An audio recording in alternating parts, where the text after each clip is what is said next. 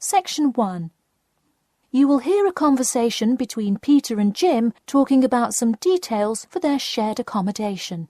First, you have some time to look at questions 1 to 4.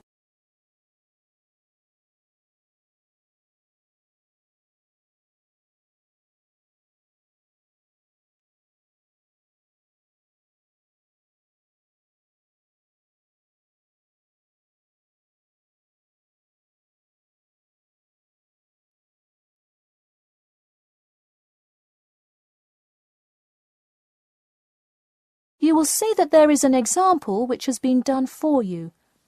On this occasion only, the conversation relating to this will be played first.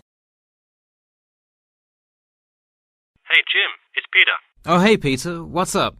I thought I'd call so we could hammer out the details for next year's lease. Peter says that he wants to hammer out the details for next year's lease with Jim. So, lease has been written in the space. Now we shall begin. You should answer the questions as you listen, because you will not hear the recording a second time. Listen carefully and answer questions 1 to 4. Hey Jim, it's Peter. Oh hey Peter, what's up? I thought I'd call so we could hammer out the details for next year's lease. That's a good idea.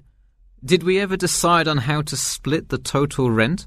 Well, I was thinking, since my room is bigger, I probably should pay a little more. So I could pay £110 and you could pay £80. Does that sound okay? Considering that my old apartment cost me £100 for a smaller room, I'm definitely all right with that.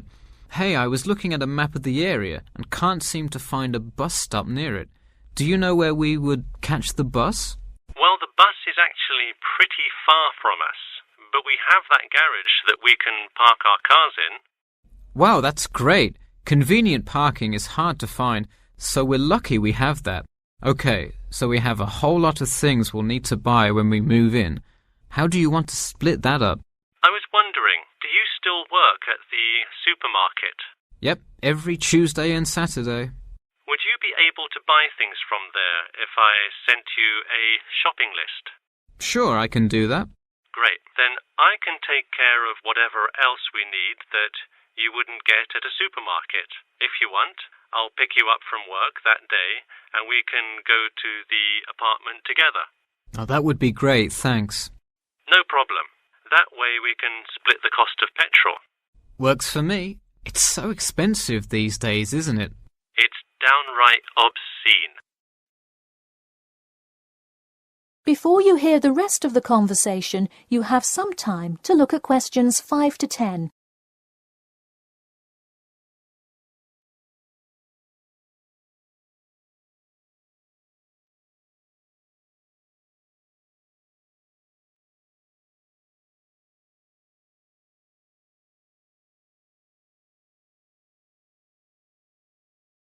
Now listen and answer questions 5 to 10. So let's figure out what appliances we need. Do we have a microwave? Yes, the landlord's providing that for us. Hey, do you still have that space heater, though? We need one for the kitchen since it's not connected to the central heating. All right, I'll bring that. Anything else? Well, I have some dining room and living room furniture I can bring, so that should take care of most of the big stuff. You know what we do need, though? Could you bring a toaster? I actually don't have one. It doesn't come with the microwave. No, the landlord is only supplying the microwave.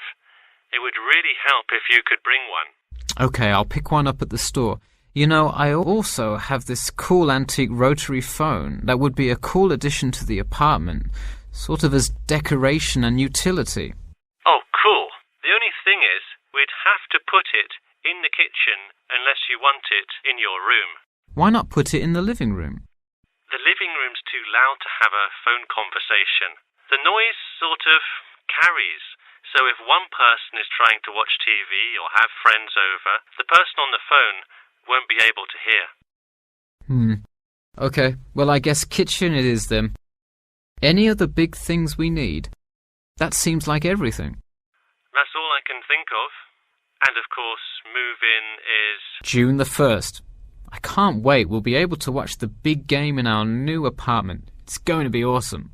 Yeah, we can move in the morning, and then Friday night we can sit back and cheer on Liverpool. I have an exam in the morning, but we'll be done around 11 a.m. and can move in after. Wait, Liverpool? You're joking, right? I thought you were a Manchester United fan. Man U? No way. Liverpool all the way. Oh no, I don't know if I can live with a Liverpool fan.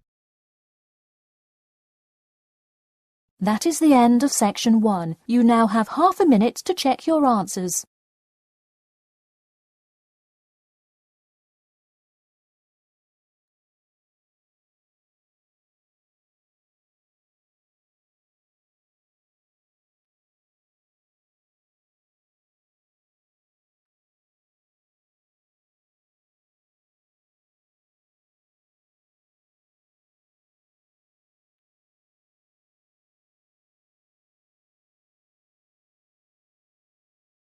Now turn to section 2. Section 2. You'll hear an HR representative of Earn and Learn giving some information about her company. First, you have some time to look at questions 11 to 16.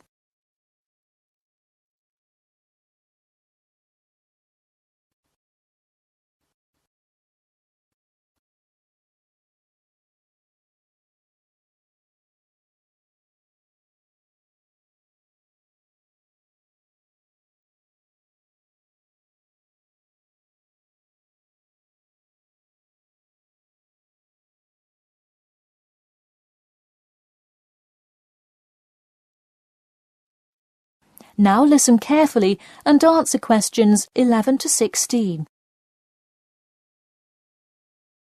Welcome to all of you. Can everybody see and hear me? Good. I'm Sarah Connor, an HR representative of Earn and Learn. I have been asked today to talk to you about our company. So, for those of you who don't know very much about the company, let me start by giving you some basic information about it. Earn and Learn started nearly 20 years ago. It is not a charity but a for-profit company that enables promising entrepreneurs to make money while traveling. During the past 10 years, it has grown rapidly and has gained great influence in most countries of the world. We have a partnership with the school and take a large number of recent graduates from the business school. So, if you are a recent graduate, I'd say you can consider applying to our company. Before your application, you might be curious about what sort of places you could go to. There are 4 main locations, but you also have the freedom to submit a different location, and if they can make the necessary arrangements, you can go. The first country Earn and Learn established locations was the US, where you may choose from multiple locations, as long as you can commit to their more rigid schedule of August to December. Also, you could do the Australia internship. That one is really cool. You work at a wildlife shelter and learn about the business practices of non-profit organizations. You do have to be willing to commit 8 months for that one, though. Perhaps that's a long time to be so far away, but I would say it is really an amazing opportunity. I don't know whether some of you are in decent physical shape. If so, the South Africa internship is another exciting one. You learn a lot about sustainable farming, but you would be doing some of the manual labor involved in maintaining a farm. Indeed, it's hard work, but I think you would definitely be able to do it. It may be wise to wait until after their summer is over, so it's not so terribly hot. In addition, there is a most recently established location in India. This one gives you more of a study abroad feel, given that they arrange a host family for you to stay with. In the other locations, you live in an apartment with other interns, so this is definitely a unique experience. Before you hear the rest of the talk, you have some time to look at questions 17 to 20.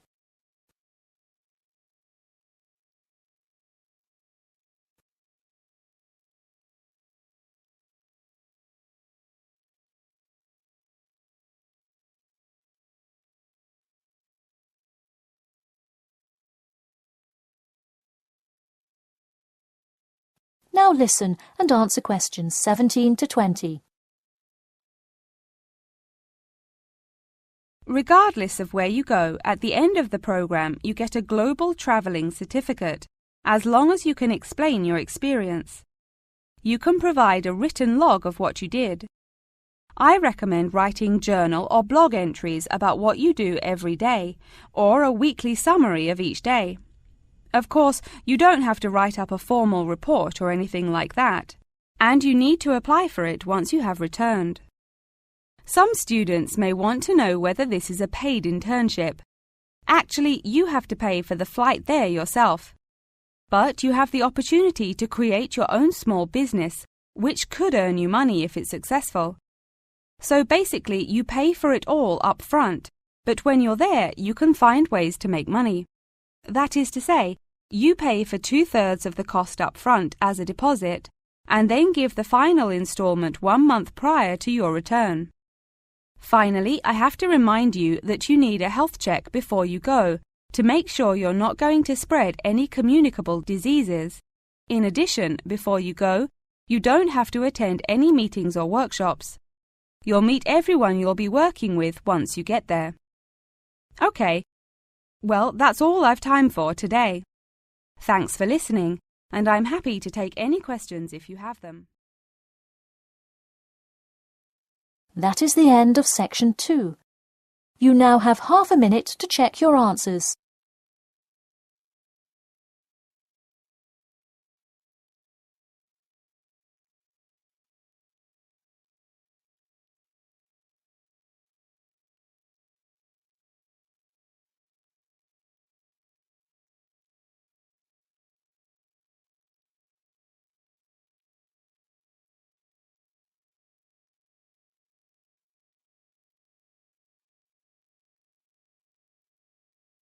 Now turn to section 3. Section 3. You will hear a student called Margaret Parkinson talking about the class she missed on Thursday with her professor. First, you have some time to look at questions 21 to 26.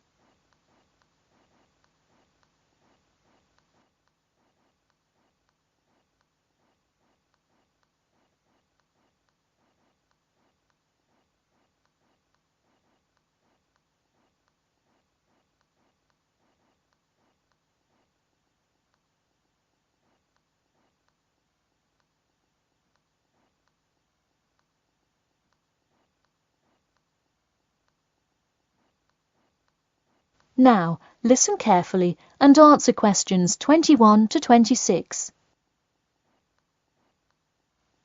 Hi, Professor Timmons, do you have a few minutes? I was hoping to talk about what I missed on Thursday. Hello, come in. Sure, sit down. Could you tell me your name, please? Margaret, sir. Margaret Parkinson. I apologise for missing your class, but I had to go to the hospital. I'm sorry to hear that. Everything is okay now, though, I hope? Yes, thanks. Glad to hear it. So on Thursday, I outlined the research project that will account for 30% of your grade. All students will be divided into groups and will give a well-researched presentation to the class covering a specific topic relevant to student life. Oh, that sounds interesting. Can we choose just any topic that pertains to life as a student, like how to start your own student organisation? Well, though I'm sure that would be an informative presentation, I've already chosen a list of topics which I will assign. As an example, I assigned one group the topic of student loans. They're to research not just the prevalence of students who have loans to pay for their tuition, but information as to how best to manage these loans and possible scholarships that could alleviate some of the financial burden. That one sounds particularly interesting to me. Could I request that topic? I could easily find out a lot about it by stopping by the finance office on my way to class. Unfortunately, that one's already taken by another group. I have, however, assigned you to a group and given you all one of two choices. Oh, I see. What are the choices? The first is discussing smoking, trends in the number of student smokers compared with the general population, popular reasons students take up smoking, and more healthy alternatives to smoking. That one could be interesting. I'm not a smoker myself, but we'll see what my group thinks. If we did choose this topic, we would rather not put our fellow students on the spot to interview them. Where else could we gather information? How about where the cigarettes are sold? Oh, that's a great idea. I could interview the manager of a supermarket and find out the average age of people buying cigarettes, or how much they buy, that sort of thing. Precisely. Okay, I'll keep that in mind. And what was the other topic? The other topic is the practice of natural medicine. It sounds far more specific than the others, but it is more of an exercise of outlining a career path. If your group chooses this, you would cover the specifics of becoming a doctor of natural medicine, how to become licensed to practice natural medicine, what the career outlook is, etc. You could find much of the information you need on this in the careers office. Wow, that would be really helpful, not just in learning about natural medicine, but in how to approach researching any career path. That's the idea. I want groups to really think outside the box to find information on their topics. They should interview multiple sources. Okay, now I think I have the general idea. Before you hear the rest of the talk, you have some time to look at questions 27 to 30.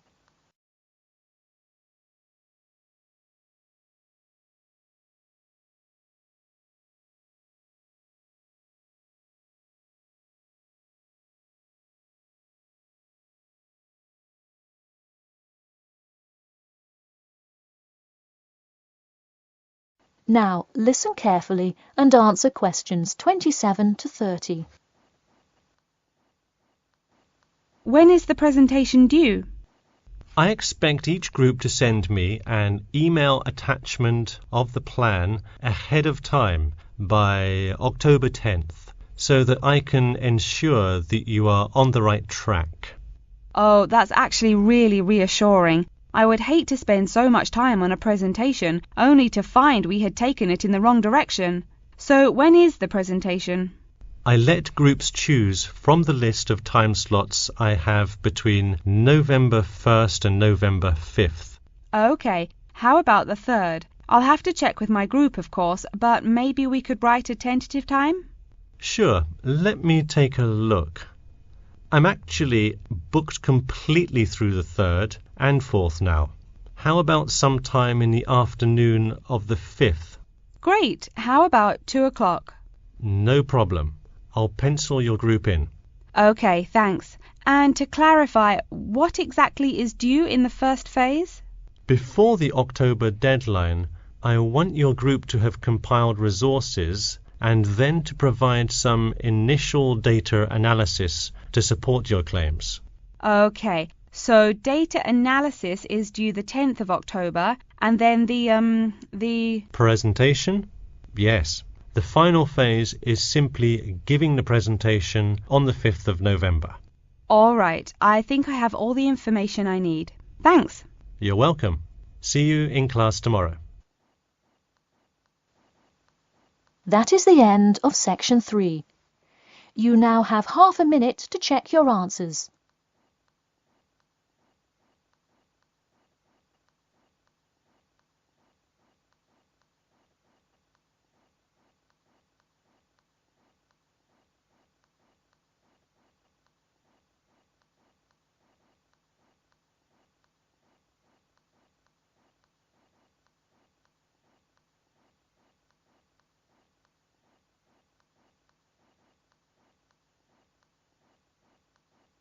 Now turn to section 4.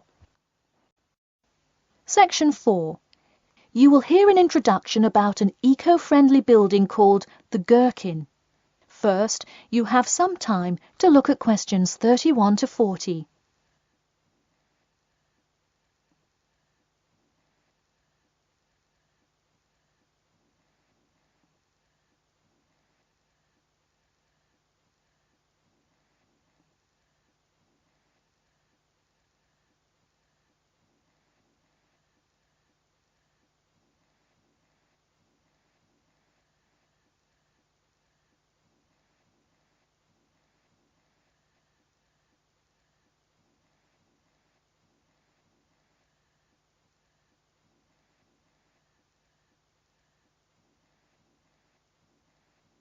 Now, listen carefully and answer questions 31 to 40. Today, I'd like to tell you about how UK architects are playing their part to address the issue of global warming. You have seen many of these iconic buildings while going about your everyday life, but you may not know how they are affecting your tomorrow. In 2003, construction was completed on the famous Swiss rebuilding, or more informally called the Gherkin, a true masterpiece commissioned by the law offices of Foster & Partners. This is not the first ambitious endeavour of the firm. They are renowned for their various philanthropic environmental efforts. The Gherkin, with its cut-and-edge green initiative and sharp design, is gaining recognition as an icon in modern architecture. You can pick it out of the London skyline by its unorthodox cigar shape. While its appearance is the obvious attribute at which to marvel, there is far more to this building than meets the eye. And let's face it, there's a lot about this building that meets the eye. The building helps reduce the city's carbon footprint in a number of ways. Just a quick note, in case you're not familiar with the term carbon footprint, get used to it. It's a buzzword you'll hear relentlessly to talk about reducing emissions. Think of it as the amount of harmful greenhouse gases that are given off into the environment by a single person, organization, or product.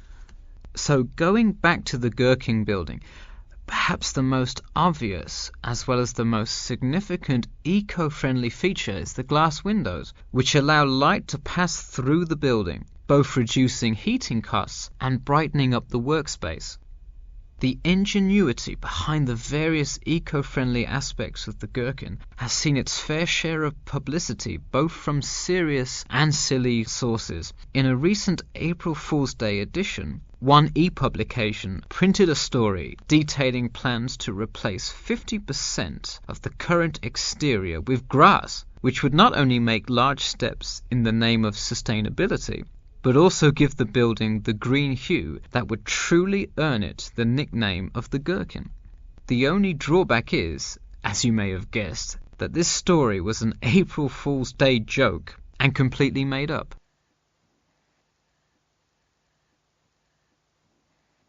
In all seriousness, though, the building is setting a new standard of design that other architects and city planners just cannot ignore. The building's bold and cost-efficient design has won a number of architecture awards, including the Stirling Prize, the London Region Award, and the Empress Skyscraper Award, among others.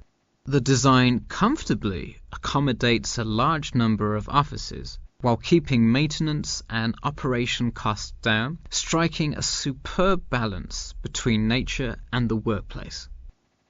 Nature is well and good, as long as the weather is nice outside. Given London's notoriously bad weather, the architects knew they must devise a quality temperature regulation system, and that they did. A special system designed to reduce the building's reliance on air conditioning was devised that cuts consumption in half compared to standard office buildings. There are atria that link each floor vertically to one another, forming spiraling spaces up the entire building.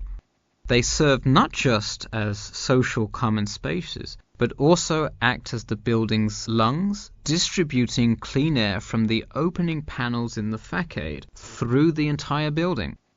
The building isn't all business, though. It has its fair share of fun as well. At the very top, a club room offers a picturesque entertainment spot for company functions, private parties, etc., with a breathtaking panoramic view of the city. The creation of such an innovative structure has many wondering what the future of urban planning and architecture may be.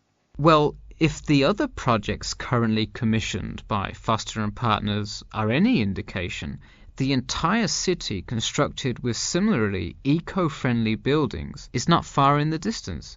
The Masdar City development aims to create a desert city that produces zero waste and removes as much carbon dioxide from the atmosphere as it puts in. a huge feat in protecting our Earth. The gherkin is a truly impressive feat, yet it is not the only one worth noting. Now, to move on to another green initiative, I'll tell you about the Eden Foundation building found in Cornwall. That is the end of section 4. You now have half a minute to check your answers.